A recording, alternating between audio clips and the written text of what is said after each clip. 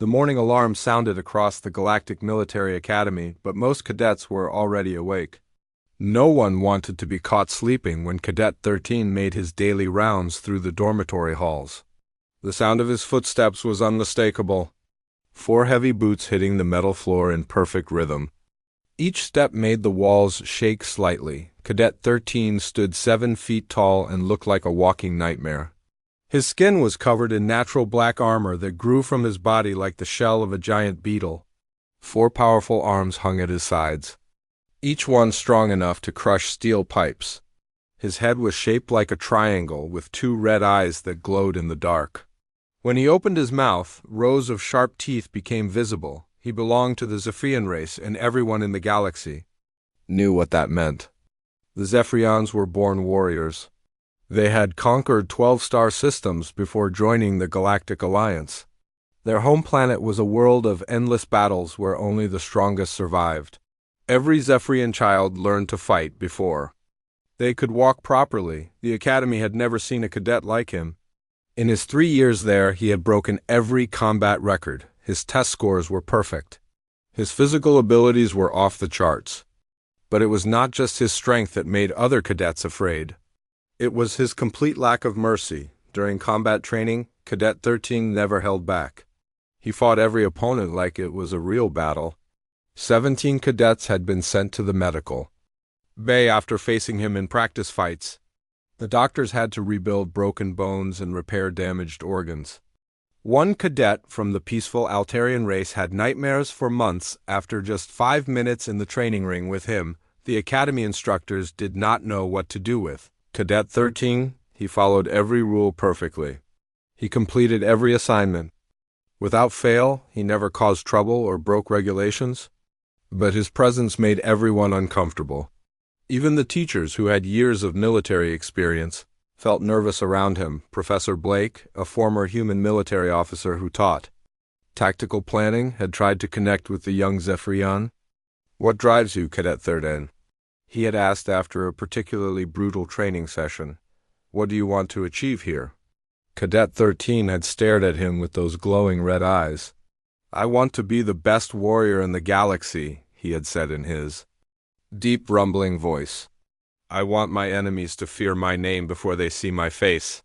The professor had nodded and never asked personal questions again. The other cadets had learned to stay away from him. The Vorthan students, who had crystal-like skin and could read minds, went completely silent when he passed by. They said his thoughts were too dark and violent for them to handle. The massive Groxian cadets, who each weighed over 1,000 pounds, actually stepped aside when he walked down the corridors. Even the floating ethereal beings, who thought they were better than everyone else, would lower themselves to the floor rather than drift over his head. Cadet 13 liked it that way. He had no interest in making friends or forming teams. His species believed that emotional connections made warriors weak. A true Zephyrian fought alone and trusted no one. He ate his meals in silence, studied by himself, and spent his free time in the combat training rooms, practicing moves that would help him kill enemies more efficiently. But this year would be different, though he did not know it yet. The Academy had made a decision that would change everything. They had accepted their first group of human cadets as part of a new program to include more species in Galactic military training. Most of the established races thought this was a joke. Humans were newcomers to space travel. They had only developed faster-than-light technology about 100 years ago. Their home planet Earth was considered a backwater world on the edge of civilized space. Their military had never fought in any major galactic wars. Their technology was primitive compared to the great powers. Cadet 13 had reviewed the files on these new human students. The information made him almost laugh, if he were capable of laughter. The humans were soft-skinned, creatures with no natural armor or weapons. They had only 2 arms and 2 legs. Their senses were weak compared to most species. They lived for maybe 80 years, while his people lived for 400.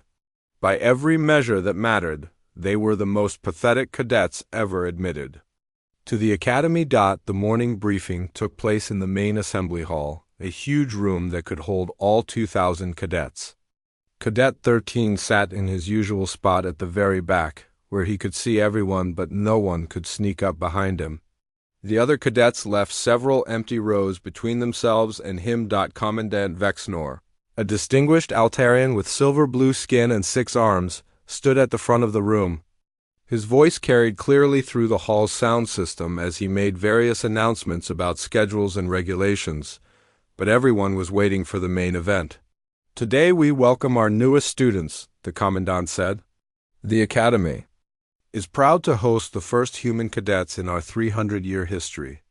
These young people represent their species' best and brightest, and we expect all current students to treat them with respect and courtesy." Cadet 13 could hear whispering and giggling from the other students. The Vorthan telepaths were probably sharing jokes about how easy it would be to break the humans' minds.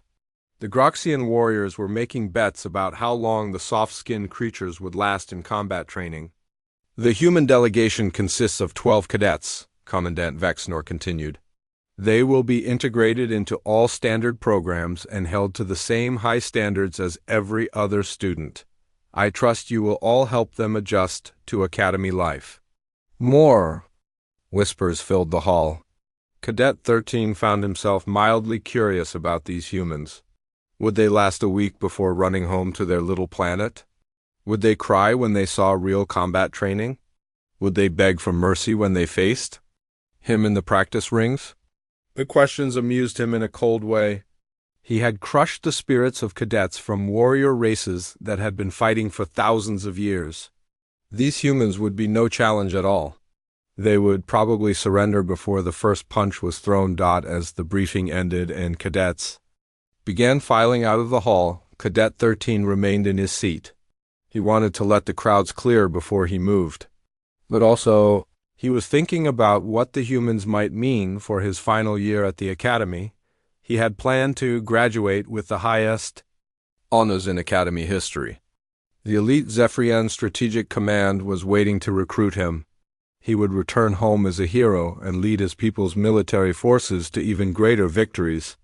Nothing could be allowed to interfere with that destiny. These weak humans certainly would not be a problem. If anything, they would make him look even more superior by comparison. When he crushed them in combat exercises, it would prove once and for all that his species was meant to rule the galaxy. Cadet 13 stood up slowly, his forearms stretching as his joints popped like gunshots. Other cadets hurried past him toward the exits, none of them making eye contact. He smiled, showing those rows of sharp teeth. "Let the humans come." He would show them what real strength looked like. As he walked toward the door, his heavy footsteps echoing through the nearly empty hall, Cadet 13 felt satisfied with his position. He was the apex predator in this environment. Nothing could challenge that. Nothing could change him. He had no idea that tomorrow everything would begin to unravel when he met a small human female and her even smaller companion. He had no idea that his carefully constructed world of fear and isolation was about to crumble. He had no idea that the greatest challenge of his life would come not from the strongest warrior, but from the gentlest soul he had ever encountered. The Academy's newest nightmare was about to meet his match, and it would not be what anyone expected. The human cadets arrived on a Tuesday morning, and the Academy buzzed with excitement. Most students had never seen a real human before, only pictures in their textbooks. They gathered in groups near the landing pad, whispering and pointing as the small transport ship touched down. Lieutenant Katie Murphy was the first to step off the ship. She looked exactly like what most aliens expected from a human. Average height, soft pink skin, brown hair tied back in a neat ponytail, and 2 normal arms and legs. She wore the standard Academy uniform, but something about the way she carried herself made her different from the other humans. Katie had served 3 years as a Marine on Earth before applying to the Academy. Her military record showed many medals for bravery and leadership, but it also showed problems with following orders that she thought were wrong. Her commanders had written things like, "shows excellent judgment under pressure," and tends to put soldier welfare above mission objectives, and creative interpretation of direct orders. What made Katie truly unique was not her service record. It was the small orange cat riding on her shoulder. The cat's name was Biscuit, and he was officially registered as her emotional support animal. The Academy had never allowed pets before, but Katie's psychological evaluation said she would not function well without her companion getting permission for. Biscuit had taken months of paperwork and special requests. The Academy board had argued about it for weeks. Some members thought it was ridiculous to let a student bring a pet to military school. Others worried about hygiene and safety issues. But Katie's test scores were too good to ignore, and Earth's government had made the cat a condition of her acceptance. Biscuit was a typical Earth cat. He had orange fur with white patches, green eyes, and a long tail that never stopped moving. He weighed about 10 pounds and spent most of his time sleeping, eating, or demanding attention from Katie to the alien students watching the humans arrive. He looked like a tiny, harmless creature. They had no idea that cats were actually predators. For the first 3 weeks, Katie and the other human cadets tried to fit in with Academy life. The classes were harder than anything they had experienced on Earth. The physical training was designed for species with natural armor and enhanced strength. The other students treated them like curiosities. Interesting to watch, but not worth taking seriously. Katie handled it all with good humor. She studied harder than everyone else to keep up with the advanced technology lessons. She pushed herself through physical training sessions that left her exhausted and sore. She smiled and introduced herself to alien cadets who stared at her. Like she was a zoo animal, Biscuit adapted too in his own way. He explored the Academy's corridors with feline curiosity, making friends with maintenance robots and finding warm spots to nap. The other cadets were fascinated by him. Many had never seen a carnivore so small and seemingly helpless. They did not understand that on Earth, cats were apex predators who had simply chosen to live with humans instead of hunting them. The Academy's library was enormous, with millions of books and data files from across the galaxy. It was also the quietest place on campus, which made it perfect for serious studying. Most cadets used the main reading areas near the entrance, but the deepest sections were usually empty. That is where Cadet 13 spent most of his free time. He had claimed a corner table in the tactical warfare section, surrounded by shelves of military history and combat manuals. The library's computer system had learned to keep other students away from his area. It would suggest different seating options or claim that section was being cleaned. Whenever someone tried to sit nearby, Cadet 13 liked the isolation. He could study without interruption, planning strategies and memorizing the weaknesses of different alien species. He had been working on a project about human military capabilities, trying to understand how such a weak species had managed to develop space travel. The research was disappointing. Human armies were tiny compared to galactic standards. Their weapons were primitive projectile throwers and explosive devices. Their tactics relied on teamwork and coordination rather than individual strength. Everything about their military seemed designed around the idea that soldiers should protect each other instead of seeking personal glory. It was pathetic. Really. No wonder they had never conquered other worlds. On the third Wednesday after the humans arrived, Katie Murphy walked into the library carrying a stack of engineering textbooks. Biscuit was perched on her shoulder like a small, furry parrot, his tail wrapped around her neck for balance. She had been struggling with the Advanced Propulsion Systems course and needed to catch up on the reading. The library's computer tried to direct her to a table near the front, but all those seats were taken. It suggested the second floor, but Katie needed books that were only available in the ground floor reference section. Finally, it recommended a quiet area in the back where she could study without distractions. Katie followed the directions through the maze of shelves, not knowing that she was being led to the one place in the academy where no student dared to go. She turned the final corner and saw a massive figure hunched over a table, covered with tactical displays and battle plans. Cadet 13 looked up from his work, his red eyes glowing in the dim light. For a moment, neither of them moved. Katie took in the sight of the 7-foot-tall alien with his black armor and 4 arms. She had heard stories about the terrifying Zephyrian Cadet, But seeing him in person was different. Most students would have run away. Some would have fainted. A few might have tried to back away slowly while avoiding eye contact. Katie just stood there, looking curious rather than afraid. "Oh," she said after a moment. "Sorry, I didn't know anyone was using this section. I can find somewhere else to study." Cadet 13 stared at her. In 3 years at the academy, no one had ever spoken to him in such a normal, friendly tone. Most cadets either trembled with fear or tried to sound tough and aggressive. This human just sounded polite. "You may stay," he said finally, his voice a deep rumble that made the nearby shelves vibrate slightly. "The library is for all students." Katie smiled and nodded, then walked to a table about 10 feet away. She set down her books and began organizing her study materials. Biscuit jumped from her shoulder to the table, stretched in that boneless way cats have, and settled down for a nap. Cadet 13 tried to return to his work, but found himself distracted. The human was humming quietly while she read, a soft melodic sound he had never heard before. Occasionally she would reach over to scratch behind the cat's ears, and the animal would make a strange rumbling noise. The sound was called purring, though Cadet 13 did not know that. To his ears it sounded like a tiny engine running at low power. It was rhythmic and soothing, unlike anything in his experience.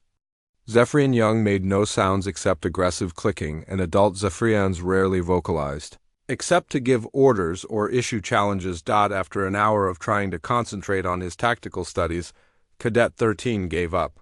He kept glancing over at the human and her companion. Katie was completely absorbed in her engineering textbook, taking notes and occasionally muttering to herself about particle physics equations. The cat had rolled onto his back and was sleeping with his paws in the air. Then something unexpected happened. Biscuit suddenly opened his eyes, stood up, and jumped from Katie's table. He landed gracefully on the floor and walked directly toward Cadet 13, tail held high like a flag. "Biscuit, no," Katie said, looking up from her book. "Come back here." But the cat ignored her. He walked right up to Cadet 13's table and sat down, staring up at the massive alien with bright green eyes. His tail swished back and forth, and he made a soft chirping sound. Cadet 13 froze. The small creature was less than 3 feet away, well within striking distance of his lower arms. He could crush it without effort. But something about the cat's fearless behavior made him hesitate. On Earth, cats were predators. They hunted birds and small mammals with deadly efficiency. But they were also social creatures who had learned to live with humans. Biscuit saw the world differently than most animals. He did not judge based on size or appearance. He looked for other signals, things like body language and scent and the subtle vibrations that living beings gave off. What he sensed from Cadet 13 was not the rage and bloodlust that everyone expected. Instead, he detected loneliness, confusion, and a deep sadness that the alien probably did not even recognize in himself. Katie got up and walked over, looking embarrassed. "I'm really sorry about this. He's never done anything like this before." Biscuit is usually very well behaved. She reached down to pick up the cat, but he dodged her hands and took a step closer to Cadet 13. The alien's red eyes were fixed on the small creature, and Katie could see something like wonder in his expression. "What is it?" Cadet 13 asked, his voice softer than usual. "He's a cat," Katie said, crouching down next to Biscuit. "They're from Earth, they're predators, but they decided to live with humans instead of hunting us alone. It worked out pretty well for everyone." Cadet 13 stared at the cat, trying to process this information. A predator that chose cooperation over domination. A hunter that formed bonds with potential prey. It went against everything he had been taught about survival and strength. The library meetings became a regular thing, though Cadet 13 would never admit he looked forward to them. Every Tuesday and Thursday evening, Katie would arrive with her engineering books and settle at the table near his corner. Biscuit would immediately jump down and make himself comfortable against the alien's arm, purring contentedly while Katie studied. At first, they barely spoke. Katie would nod politely when she arrived and thank him quietly when she left. Cadet 13 would grunt in response, trying to maintain his reputation as a creature of few words. But gradually the silence began to feel comfortable rather than tense. Katie treated him like any other student, which was something completely new in his experience. She did not whisper about him when she thought he was not listening. She did not flinch when he moved suddenly or made noise. She certainly did not act afraid when he spoke in his deep, rumbling voice. Instead, she seemed genuinely interested in his studies. "Are you working on military history?" she asked one evening, noticing the battle plans displayed on his screen. "Tactical analysis," Cadet 13 replied, expecting her to lose interest immediately. Most students found his academic focus boring or disturbing. "That's really cool," Katie said, and she sounded like she meant it. "I've been reading about some of the famous battles in galactic history. The way different species approach warfare is fascinating. Everyone has such different strengths and weaknesses." This was not the response he had expected. "You study military tactics?" he asked. "Not formally, but I find it interesting," Katie explained, scratching behind Biscuit's ears. "On Earth we have a saying, 'Know your enemy and know yourself,' and you need not fear the result of 100 battles. I think understanding how others fight helps you understand how they think." Cadet 13 was quiet for a long moment. "That is wise," he said finally. It was the first time he had ever complimented another student. Katie smiled. "It's actually an old quote from a human military philosopher named Sun Tzu. He wrote about war and strategy over 2,000 years ago. Some of his ideas are still useful today. The idea that humans had been thinking seriously about warfare for thousands of years surprised Cadet 13. His research had suggested they were a peaceful species with little military experience. But Katie spoke about strategy and tactics with the same passion he felt for combat excellence. Over the following weeks, their conversations grew longer. Katie would ask about Zephyrian military traditions, and Cadet 13 found himself explaining concepts he had never put into words before. She would share stories about human military history, telling him about famous battles and the leaders who had won them through cleverness rather than strength. "The thing about human warfare," Katie said one evening, "is that we've always been the underdogs. We're not the biggest or strongest or fastest, so we had to get creative. We learned to work together, to use our brains instead of just our muscles." Cadet 13 considered this. "But working together makes you dependent on others. What happens when they fail you?" "Then you help them succeed," Katie said simply. "That's what teammates do. You make each other stronger." This concept was foreign to Zephyrian thinking. His species believed that dependence on others was weakness. A true warrior stood alone and relied only on his own strength. But watching Katie interact with other students, he began to see what she meant. In the academy cafeteria, Katie sat with cadets from different species. She helped a struggling Altarian student with his mathematics homework. She listened patiently, while a homesick Groxian cadet talked about missing his family. She even managed to make friends with some of the proud, ethereal beings who usually thought themselves too good for physical creatures. Other students began to notice the change. In Cadet 13, the Vorthan telepaths picked up on his shifting emotions and whispered among themselves. His thoughts were becoming less violent and more confused. The rigid patterns of aggression and dominance were starting to crack. The Groxian warriors, who had always given him a wide berth, began to watch him with curious eyes. They saw him carrying extra books for the human female. They noticed how carefully he moved when the small cat was sleeping against his arm. Some of them even heard him speaking in quiet, gentle tones during his library conversations. The academy instructors noticed too. Professor Blake, the human tactical warfare teacher, saw improvements in Cadet 13's strategic thinking. His battle plans still showed brilliant tactical awareness, but now they included considerations for unit cohesion and casualty reduction that had never appeared in his work before. "Your recent assignments show interesting development," Professor Blake told him after class one day. "You're starting to think about warfare as more than just individual combat." Cadet 13 was not sure how to respond. "I have been Studying. Different approaches to military strategy, he said carefully. Good, the professor said. The best military leaders are those who can adapt their thinking. Rigid tactics lead to predictable defeats. The real test came during the Academy's monthly combat simulation exercises. These were large-scale training scenarios that mixed cadets from different species into temporary teams.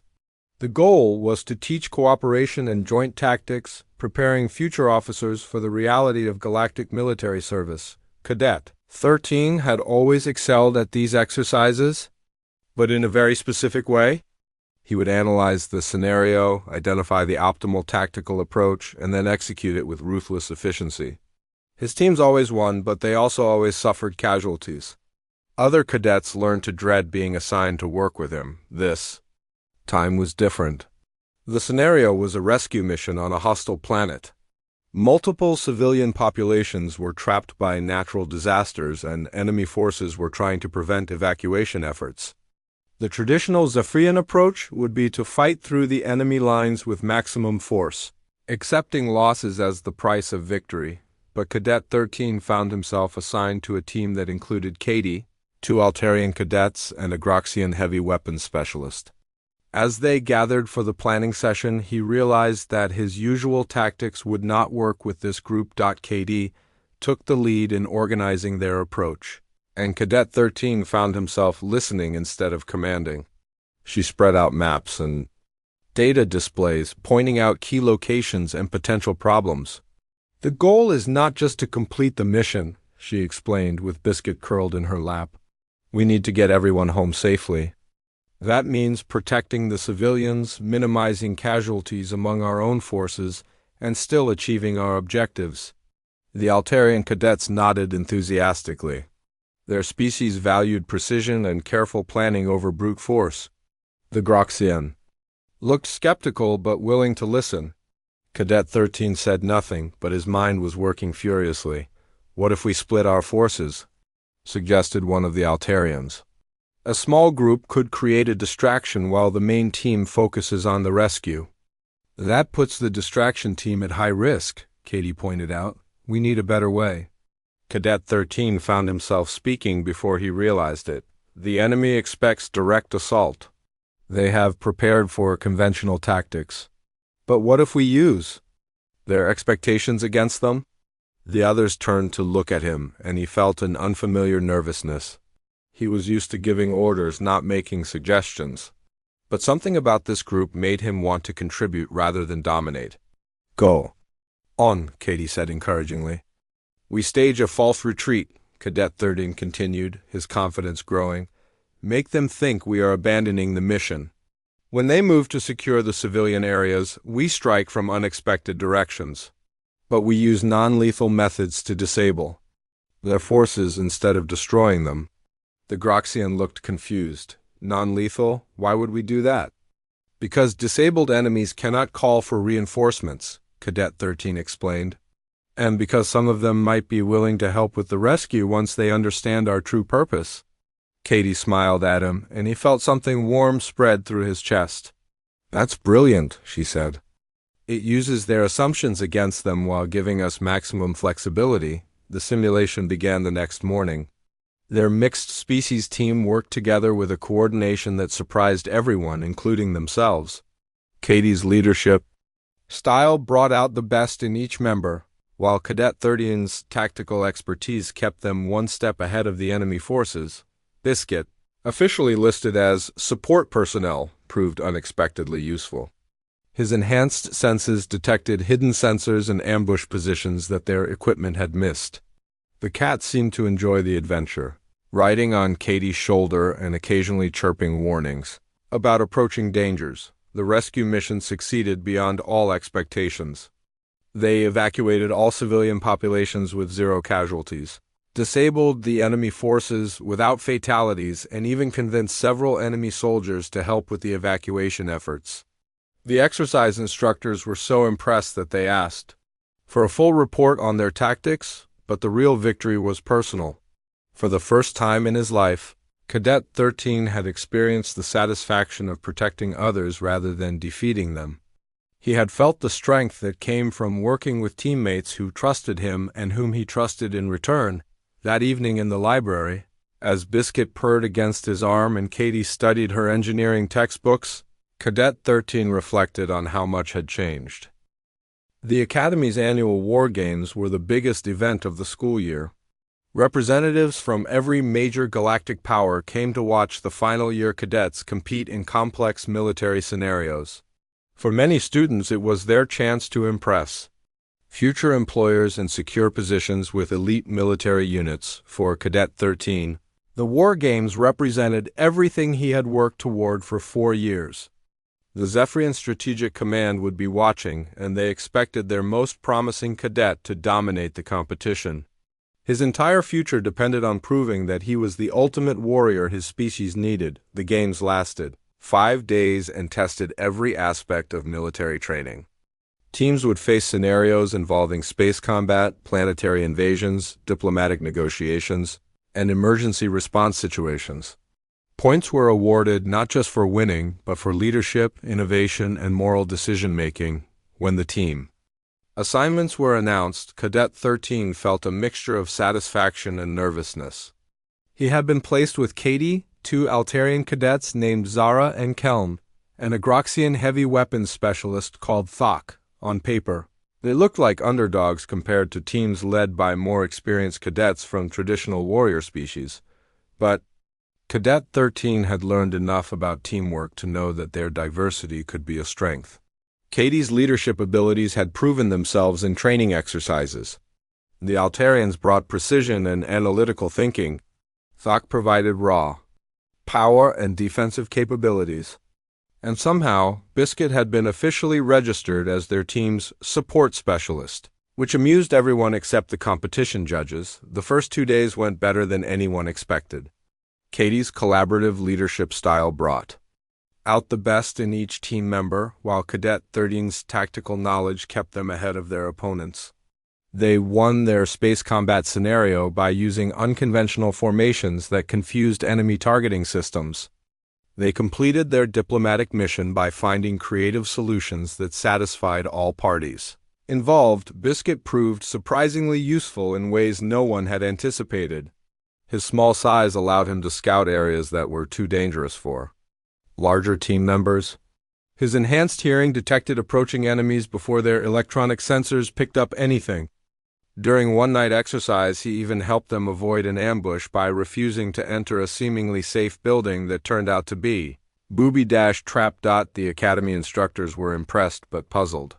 Traditional military doctrine suggested that Cadet 13 should be leading through intimidation and dominance. Instead, he seemed to be functioning as a strategic advisor while Katie handled command decisions. The partnership should not have worked, but their success rates were among the highest in the competition. On the 3rd day, everything changed. The scenario was a complex urban rescue operation. A terrorist group had taken hostages in a series of buildings throughout a simulated city. Multiple teams would work simultaneously to neutralize threats and evacuate civilians. The exercise was designed to test coordination, decision-making under pressure, and the ability to minimize casualties while achieving objectives. Cadet 13's team was assigned to the most dangerous sector, a cluster of high-rise buildings where the terrorists had the strongest defensive positions. Intelligence reports suggested they were holding at least 50 civilian hostages, including several children from various species. The mission briefing emphasized the importance of civilian safety.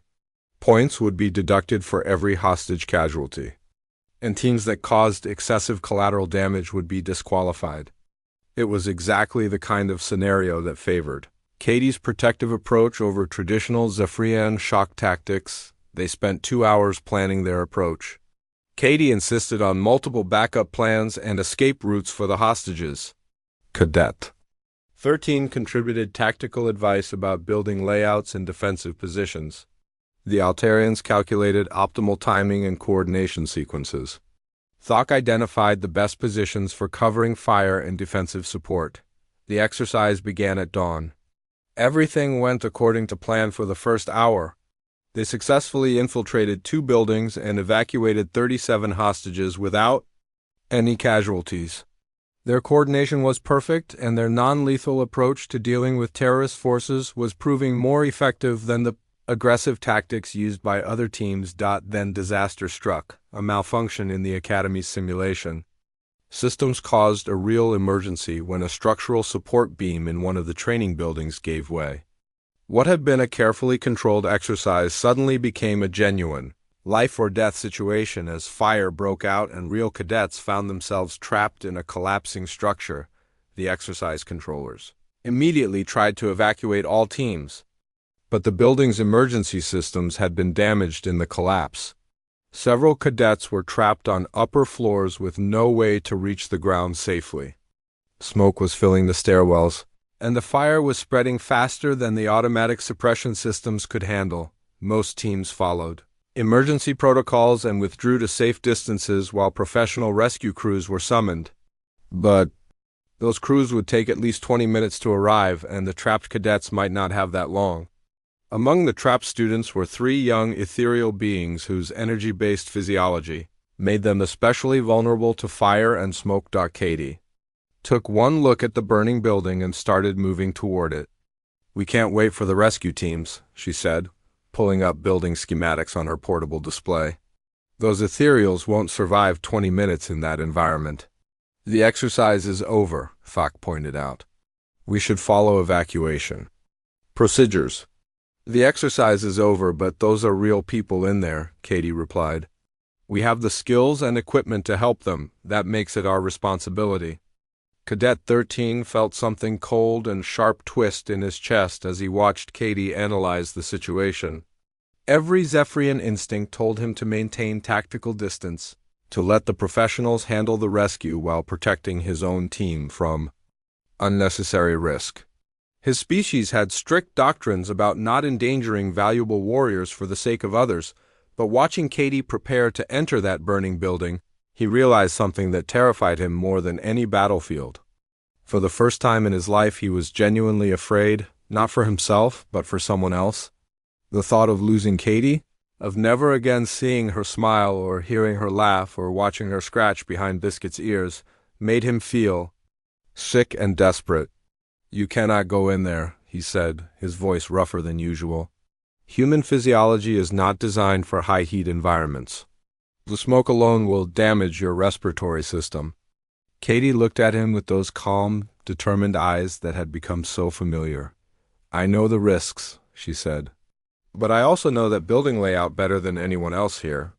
I'm small enough to fit through the debris, and I have the right equipment for this kind of rescue." She was right, and they both knew it. Her size and agility made her the best choice for navigating the collapsed passages. Her marine training had included urban rescue operations. She had the knowledge and skills to save those trapped cadets, but knowledge and skills would not protect her from falling debris or toxic smoke or the dozen other ways the mission could go wrong. Cadet 13 found himself paralyzed by the collision between his tactical training and his newfound emotional attachments. "There has to be another way," he said, though even as he spoke, he knew there was not. Katie stepped closer and placed her small hand on his armored forearm. "There is another way," she said quietly. "We do this together." "Together?" he asked, confused.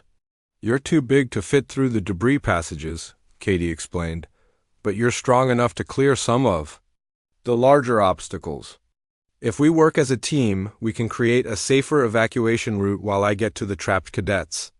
It was a compromise that satisfied neither his protective instincts nor his training, but it was better than letting her go alone. More importantly, it was the kind of solution Katie would have suggested, using their different strengths to achieve something neither could accomplish alone. The rescue operation tested every skill they had developed together. Katie's small size and agility allowed her to reach the trapped ethereals, while Cadet 13 used his strength to clear debris and create stable evacuation routes.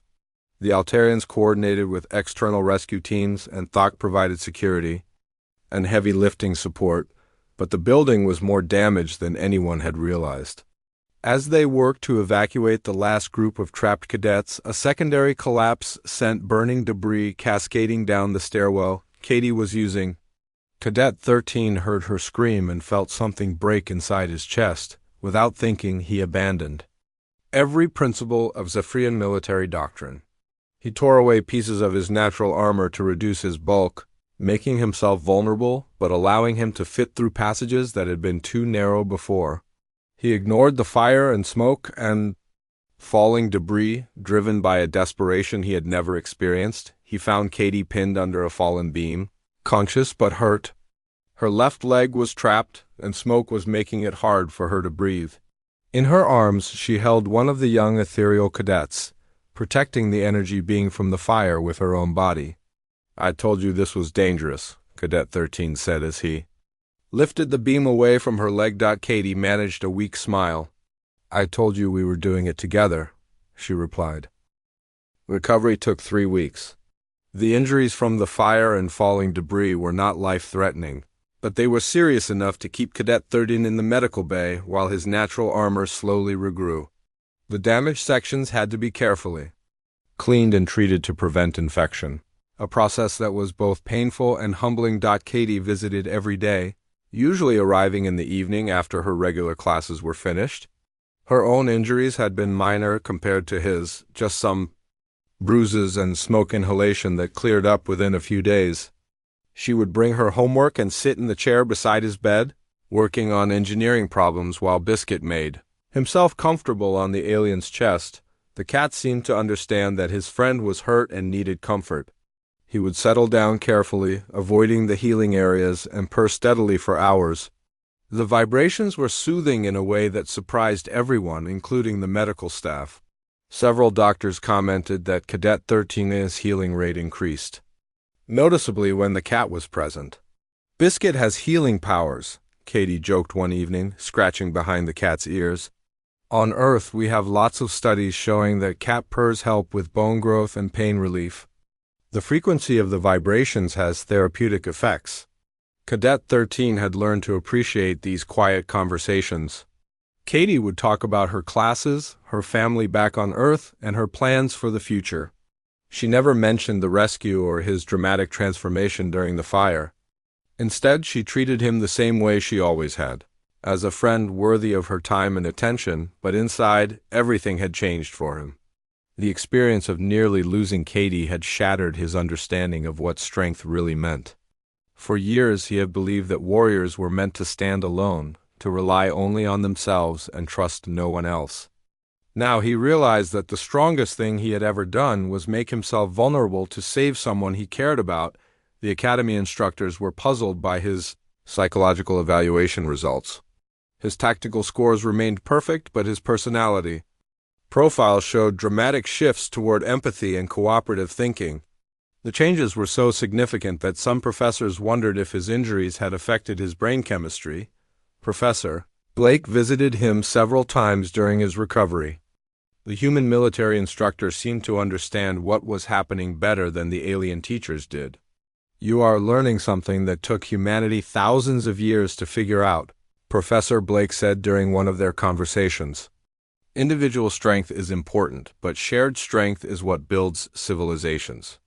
A warrior who fights for others is always more dangerous than one who fights only for himself." "But my people will not understand this," Cadet 13 replied.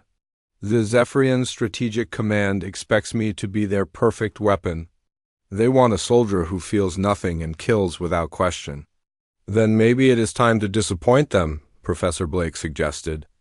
"The galaxy needs more leaders who understand cooperation, not more warriors who only know destruction." The idea was terrifying and liberating at the same time. For his entire life, Cadet 13 had worked toward one goal, returning home as the ultimate Zephyrian warrior. His family expected it. His species demanded it. His own identity was built around the concept of being the perfect soldier, but sitting in that medical bay with Katie reading quietly beside him and Biscuit purring on his chest, he began to imagine a different kind of future. What if strength meant protecting others instead of defeating them? What if leadership meant building teams instead of commanding through fear? The graduation ceremony was held on a beautiful spring day in the Academy's main plaza. Representatives From across the galaxy filled the viewing stands, including several high-ranking officials from the Zephyrian Empire.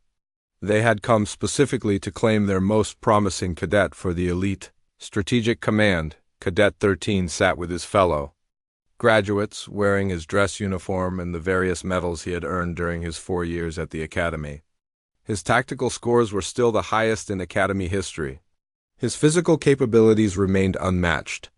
By every traditional measure, he was the perfect military candidate, but when the Zephyrian delegation approached him after the ceremony, he surprised everyone with his response.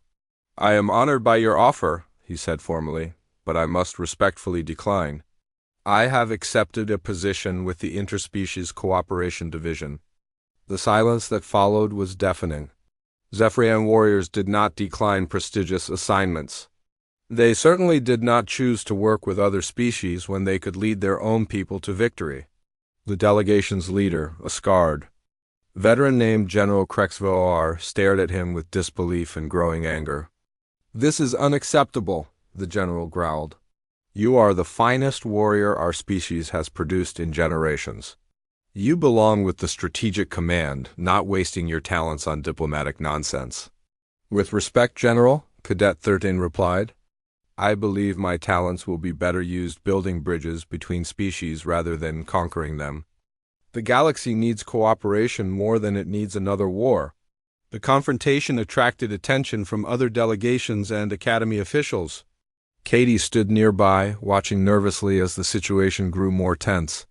She knew how much this decision was costing him, and she understood the courage it took to disappoint his own people's expectations. General HFY stepped closer, his forearms spread in a threatening display. "You have been corrupted by these weak aliens," he snarled. "You have forgotten what it means to be Zephyrian." "No," Cadet 13 said quietly, and for the first time in years, he used his birth name instead of his military designation. "I am Zexkai, son of warrior clan Vorthak, and I have not forgotten what it means to be Zephyrian. I have learned what it means to be something more." The name change was significant in ways that most non-Zephyrians would not understand. Military cadets gave up their birth names when they entered service, adopting numbers that represented their complete dedication to the warrior caste. By reclaiming his original identity, Zexkai was declaring his independence from traditional expectations. The Zephyrian delegation left in disgust, but representatives from other species approached with interest. The Interspecies Cooperation Division was a new organization designed to handle diplomatic and peacekeeping missions throughout the galaxy. They needed officers who understood both military tactics and cross-cultural communication. 6 months later, Zexkai stood in his new command center, reviewing reports from his first interspecies military unit. The team included humans, Zephyrians, Altarians, Croxians, and several other species, all trained in Katie's cooperative tactics and bound together by mutual respect rather than fear. Katie served as his second-in-command, having proven herself as one of the most effective leaders in Academy history. Their unit's success rate in diplomatic missions and peacekeeping operations was already becoming legendary.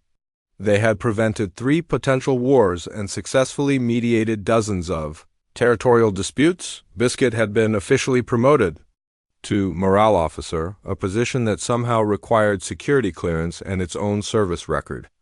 The cat had adapted well to military life, though he still spent most of his time sleeping in sunny spots around the command center or demanding attention from busy officers. The afternoon reports showed another successful mission.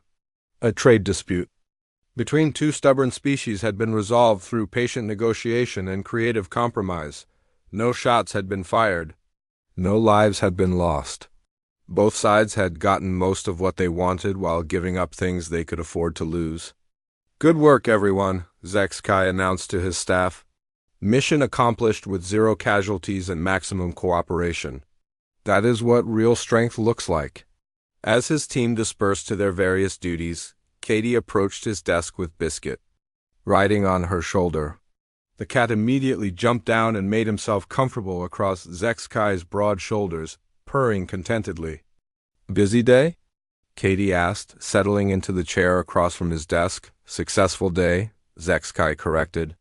3 potential conflicts resolved, 2 new trade agreements signed, and everyone goes home to their families tonight.